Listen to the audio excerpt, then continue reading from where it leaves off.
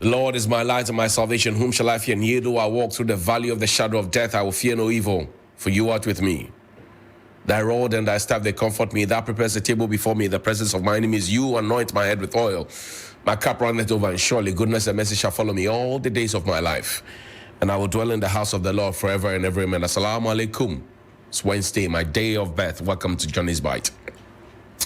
I read for you the raw text that a teacher in a secondary school here in Accra sent to me.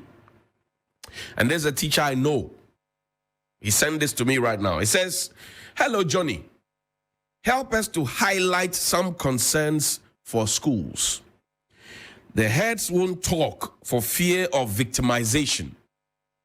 I heard the Minister of Education say free SHS is indeed free. But monies for visual arts practicals, home economics practicals, etc. have not been released. Meanwhile, the practicals are ongoing, right? Visual arts, home economics practicals, the monies have not been released. Meanwhile, the practicals are ongoing. And that's because some teachers have to pre-finance just to see the students through. It is very serious. If you bill the parents to pay, then you are interdicted, like what happened to Dr. Shrinofori at WAS. Very shameful. So we lie to the people that everything is free, but we know that things are not free. And we know that the monies that are supposed to be released for the children to be able to have their practical lessons, because if I'm supposed to, we are treating it as the student loans that we took at the university. Your student loan appears when you are done with the year. So your student loan comes and you actually have no use for it. You have to use it to go and chill. It doesn't make sense. Why are we deceiving ourselves? Telling everybody that it's free, it's free, it's free. Yet we don't release the monies allocated for the children to have their practical lessons. Show me the tweet, Janet. Now, somebody tagged me on Twitter, and I tweet at Hughes_on-air. Tag me on Twitter. It says, well, now, new week, May, June, July, no national service allowance for me. Right? Till when will you know I am hungry, broke? NSS Ghana, NASPA, National. This was the same national service that was busy announcing to us that the monies had been increased. Since the last time it was increased in 2016, it took effect in 2017. This is the first time we are increasing the money, and we have even not paid, and we are bragging and telling people that it will take retrospective effect from January. There are a lot of talkers at national service. New week, May, June, July, no national service allowance for me. Till when will you know I am hungry and broke? NSS, NASPA National. This is a national service personnel. Show me the other one. Now, it comes back. No, show me. There's another one where they replied. Then somebody says, I am not at post today, Mpo, doing that for the whole week. He doesn't have money to go to work. He doesn't have money to go to work. He's at home. He said, this thing you they complain, stay home. Then pay you are. Then you go. Today, self, I no go. At the wedge, then pay me. Then I go. Reality on the ground. Talk, talk, talk, talk, talk, talk leadership. Paper leadership. Paper leadership. Talk all day. No action. Talk only. Paper leadership. And it is not just them. They have just mirrored the national service concerns.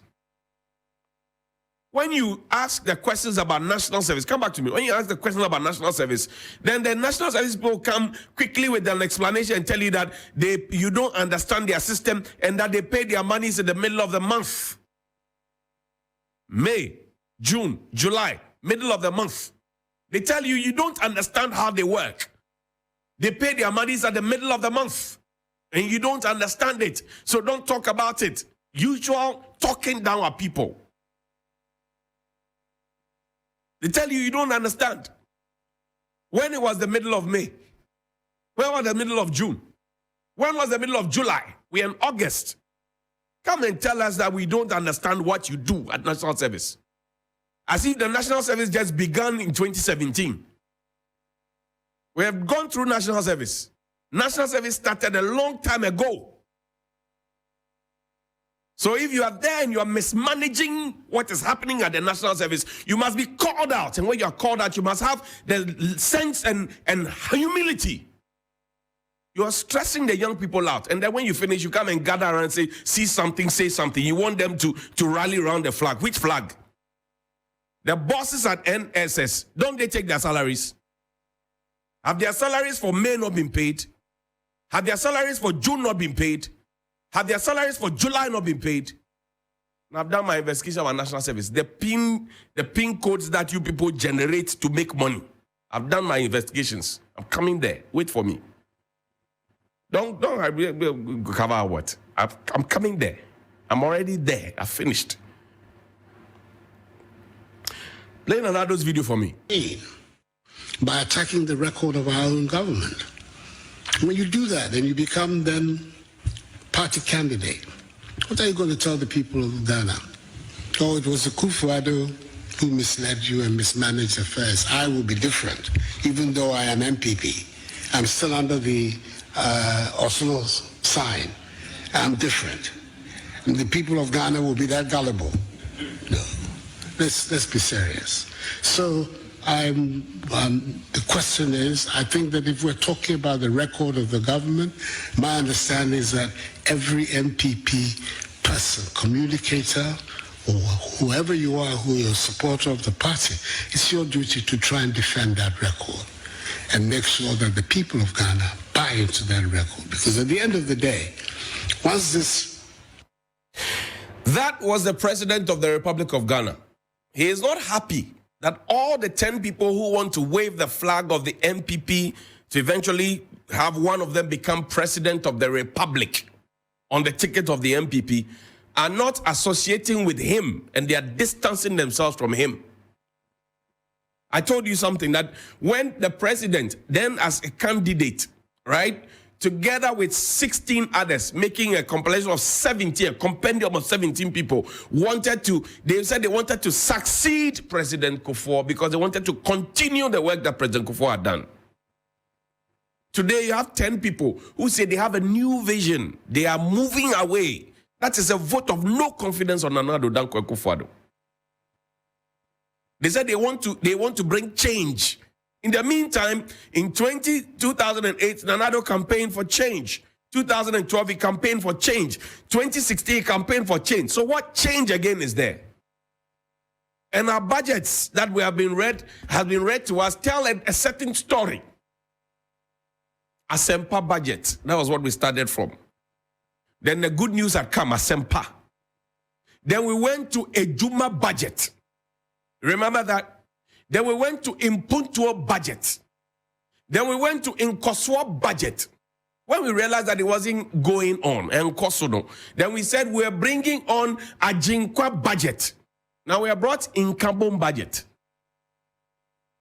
We are not listening to anybody, but we are asking for unity. Asempa budget, Ejuma budget, Impuntuo budget, Nkosua budget. Now we are doing Nkabom budget. It tells a story. Where did Asempa go? Where did the Juma go? Where did the Mpunto go? Where did the Nkabom go? Where did the Ajinkwa go? Salvation from who? It tells a certain story. The government overtalked. Play the video for me. If the president would only look a little closer behind the veneer that closets him, just a little, behind his immediate circle of family and friends, he will see and feel the agony of Ghanaians. If he looked a little closer, even at the rank and file of his own party, he would recognize that this is indeed an economy in crisis. Yes, there are a few people who prospered under this government, largely members of the president's family and his inner circle. The Ghana of the past 4 years is certainly nothing like the Ghana that the current population of Ghanaians aspire to. I want a Ghana where political activity is conducted with civility and honor, and no one thinks of rigging an election as an option. That was the president, then candidate. He was vigorously looking for power. Vigorously looking for power. Earnestly looking for it. He said, Ghana for mabomu baku membie, mabomu mienu membie, mabomu presa membie. He said, me. He spoke about family and friends. Can we now look at the presidency and the government and look at the appointments he has given to his family and friends? These are his own words. Can we look at the things that he mentioned and do an analysis to even the suggestion of keeping on to power, holding on to power? The things he spoke about. And I'm playing those videos for you so that you know that it is not me who is manufacturing these things, but these are things that the president himself said. Play this other video for me. Denying our children money to fund their education. The school feeding program is starved of cash. Ask yourself why. Contractors are not being paid. Ask yourself why. Our development partners are refusing to release funds to support our budget. Ask yourself why. Salaries are in arrears. Ask yourself why. I have learned a lot in 4 decades in frontline politics. I continue to learn. I've made mistakes in my life. I have said things I could on hindsight have put better. I have tasted defeats and also chalked some successes. I've played my part to see multi-party democracy becoming entrenched in our nation. I was part of President Kufuor's team that demonstrated to our people that a liberal democracy can deliver on laying the foundation for economic prosperity. I want to be part of winning the next challenge. Ask yourself why, Mr. President. And I know there are people who are still blinded by some of these things. And I'm playing videos from back in the day when you earnestly wanted to be president. Somebody says, oh, you listen to me, it's all about negativity, as if nothing is happening in Ghana. If there's something happening, the National Service people would have been paid their monies. The NAPCO people would have been paid their monies. The Youth in Afforestation have been paid their monies. That bondholders would not have been stressed. Old women would not have been stressed, and old men would not have been stressed to queue and picket at the finance ministry. It's a complete failure. Because we didn't used to have that situation. You came to us and told us that you would do different. That what was happening was bad. We have a right to tell you that what you complain about is actually a worse situation than what you came to meet. How do you own National Service people for 3 months and not pay them? How do you want them to survive? And we know the dealings of National Service, that if you do not report at your duty post, it has repercussions on you, because when the report will be finally issued on you, there will be repercussions for you. So when you say you listen to Johnnie Hughes and there's no positivity, there's all negativity, who inflicted the negativity on us? If you had paid the National Service people as a responsible government, they would have gone to work. Nobody would have complained. If your street lights were functioning and your traffic lights were functioning, nobody would stand here and complain. If you had given school children their visual arts and home economics practical fees in time, nobody would complain. If you had not abolished PTAs just to look good, and headmasters and teachers would not have to, charge parents for it, and then you will have to then punish them, nobody would have complained. You are doing everything to make it look as if you are providing free services, when in fact and indeed you are not providing free services. Play my last video for me.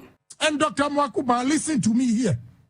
I don't like people like that. Honestly, I have vowed not to so I can never blast the beer. I grasp. Chief of Staff called me. I went there. Said, now this is what she's saying. I swear my mother's grave. Chief of Staff gave me 120,000 deposited in Ajwa Safo's Fidelity Bank account.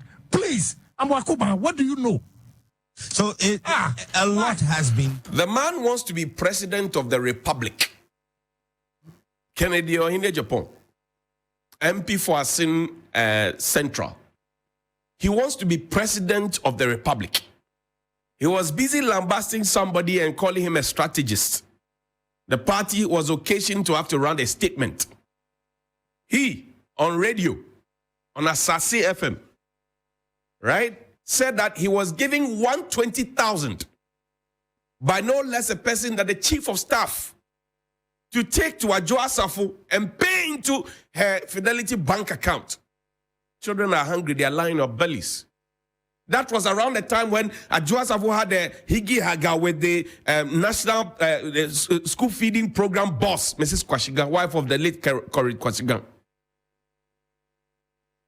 He, member of parliament, presidential hopeful, he said he carried the money, paid into the bank account of Adwoa Safo Fidelity Bank, and he even swore on his mother's grave. Has he been able to explain where the money came from, why he put the money there? 120,000. And these are the people who said, I shall protect the public purse. And then when you say, well, it's negative, nothing is happening. These are the things happening in the country. Nobody is proud enough and bold enough to say it. I will say them. I don't care what happens. 120,000. We don't know if it's dollars or cedis or pounds or euro, because now we find millions of dollars under somebody's bed. And we are even confused as to whether it was money that belonged to one person, or it belonged to two people, or belonged to a whole family, and whether it was in a box or in a bag with a padlock in front, all of the narratives. And this matter has been before court. The Attorney General is now writing an advice on it. Meanwhile, the matter has been in court on his behalf. Juvenile court moved to circuit court. He's now writing advice. 120,000. When Mr. Kennedy Japan comes to you to campaign, ask him for what reason was he given 120,000 by the office of the chief of staff to present to Adwoa Safo. And then number two question you should ask him is, how much does the chief of staff earn to be able to afford 120 cedis as appearance fee? And then number three, ask them if that is the way to protect the public purse. Ask him when it comes to you. Because he's presenting himself like a holier than thou individual. But he was giving 120,000 cedis to do what exactly? And I'm playing the tapes. I said, I'm only playing the tapes as they are. Good morning.